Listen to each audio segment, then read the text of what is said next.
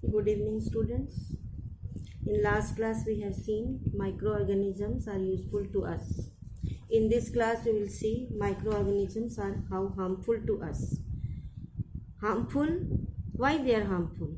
Harmful means they causes disease in human, animals, and plants.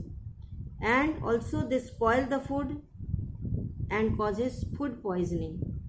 That is why these microorganisms are harmful.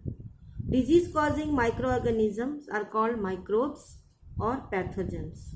They enter our body through air, water, by direct contact with person or by carriers like housefly, mosquito. They are called the carriers of microorganism.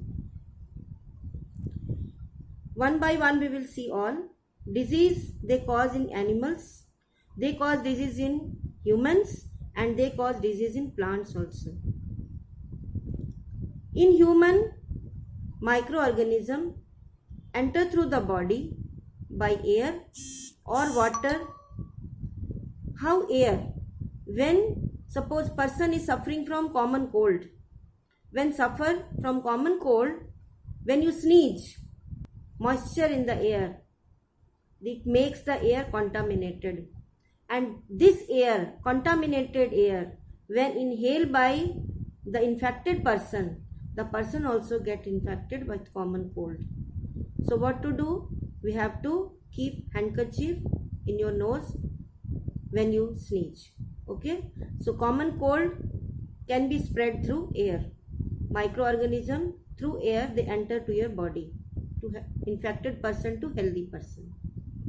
Water, if water is not covered properly, or if it is not boiled properly, or if it is not filtered properly, it carries microorganism and it causes cholera, tuberculosis, dysentery, etc., etc. Food, if it is kept for open for long period, mosquito, flies, or many other insects they sit on it and they make the food contaminated.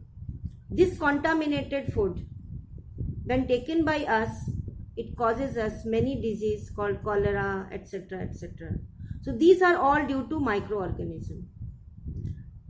It can be spread through direct contact. Suppose a person is suffering from pox or measles. If it will come in contact with healthy person also will get affected with measles or pox. Through air, through breathing it spread. That is why you have seen in during examination time, if somebody suffer with pox, separate room is arranged, sick room is arranged for the person, for the child to sit and give exam. They cannot sit with you, because if they will sit with you, person suffering from pox will sit with the normal person, it will affect the normal person's health also. So this is communicable disease. Now come to the carriers. Carriers, housefly and mosquito, they are also called carriers of microorganism. Housefly, they sit on dirty things, dirty environment, and when they sit on it, the pathogens, they stick with their legs, stick with their fins, and then when they sit on the food or they sit on the healthy person's body, it affects it. So housefly is also a carrier. Similarly, mosquito is also a carrier. Mosquito, when sit from one person to another person's body, they also carry the same organism, that means microbes, my pathogens, which carry the sickness microorganism. Like housefly, they causes TB, and mosquito, they cause malaria, and it contains parasite called plasmodium. Okay, plasmodium. And dengue is due to virus. Malaria is due to plasmodium parasite, and dengue is due to virus. So virus, that microorganism, they affect our health. Human body get affected, they cause disease in humans. Similarly, they cause disease in animals also. Now what type of disease in animals? Like anthrax, bacterium causes anthrax. Anthrax is caused by bacterium in animals. Then sleeping sickness by protozoan. Then food and mouth disease by virus. Food and mouth disease by virus. And aspergillosis in birds. You must have heard birds sometimes die due to flu. This causes fungus. Fungus causes aspergillosis in birds. And virus causes foot and mouth disease in animals. Protozoa causes sleeping sickness, and anthrax causes bacterium. So now you see all pathogens, they cause disease in animals. Similarly, they cause disease in plant also.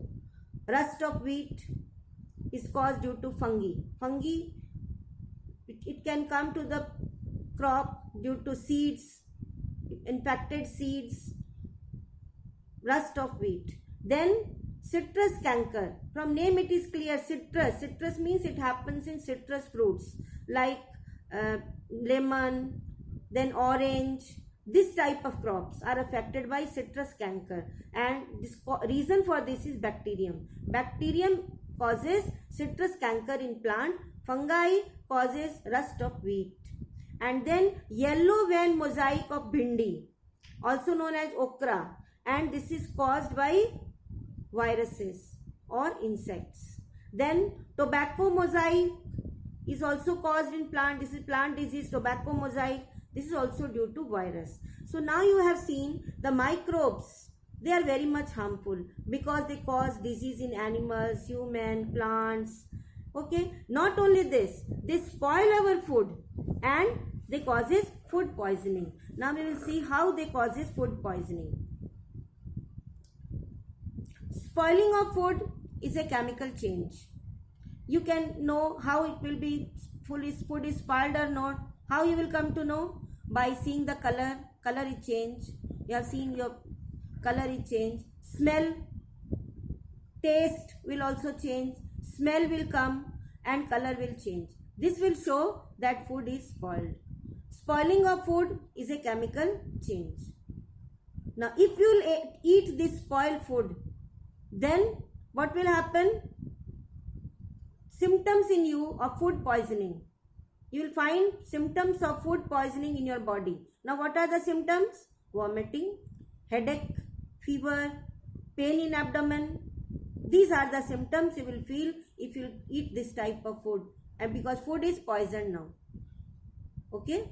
Now this food poisoning, if you will take poisoned food, then this poisoned food is caused by bacteria and fungi. Why food has spoiled?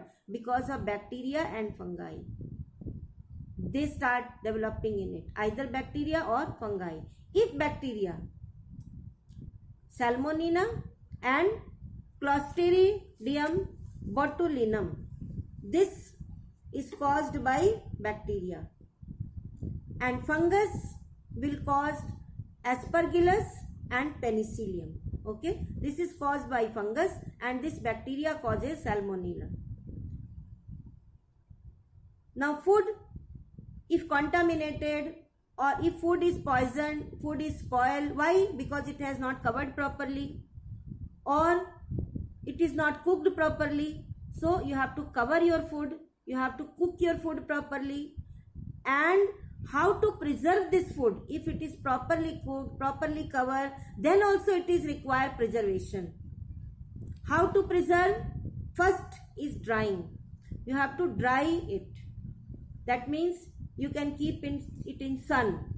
You have seen your mother is drying some grains in the sun. Why? To preserve it for long period of time. By drying, what happens? Water molecules, that means moisture, is taken away from the food.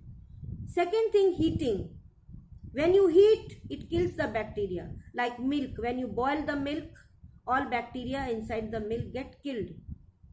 Then cooling. Third point is cooling. By cooling also you can preserve the food. You can keeping in deep freezer, suppose food remain for long period of time. Then deep freezing. Deep freezing also one of the way to preserve the food. This deep freezing, in deep freezing the complete growth of the bacteria is stopped. They cannot grow. But in cooling what happens? Low temperature, prevent the growth of the microbes. Okay, they prevent the growth of microbes, and that means they cannot fast grow, and here completely stop. Growth is completely stop. Then adding salt. When you add salt, what will happen? It does not allow bacteria and fungus to grow. So bacteria and fungus, they will not grow in salt. So that is why pickles, or suppose your chips, potato chips, or whatever you are eating, potato chips, your kurkure, all these things are added with lot of salt. Why? So that it will remain for long period of time. Then sugar. If you add sugar to the food, then what will happen? It reduces the moisture from the fruits. Jam, jelly, all are preserved by adding more amount of sugar to it. Then mustard oil and vinegar. You can add vinegar or you can add mustard oil. Like in your pickles, your mother when make pickle, she adds mustard oil or she add vinegar. Why? To preserve it for long period of time. Bacteria cannot live in the environment. Mustard oil, vinegar, bacteria cannot live in this environment.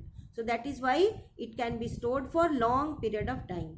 Then preservatives, chemicals we are using to preserve it for long period of time, like sodium metabisulfate, sodium benzoate. These are some of the preservatives. Citric acid is also one of the preservative which keeps the food preserved, that means good, intact for long period of time.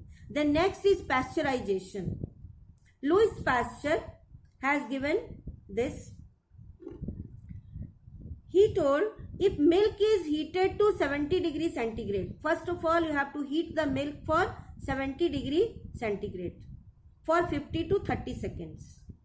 Then it will become hot. This hot milk to be cooled down very quickly. Then keep in the deep freezer. This is called pasteurization of milk. This process is called pasteurization of milk. So milk can be pasteurized by this way. And next is preservation of food by packing in airtight container. By packing in airtight container. Packing in airtight container. Airtight container.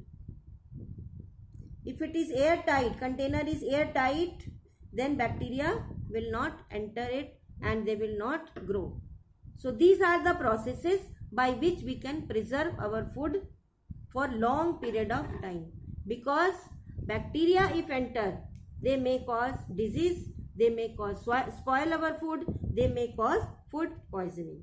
So this is all about the video. In next session, we will study about nitrogen cycle.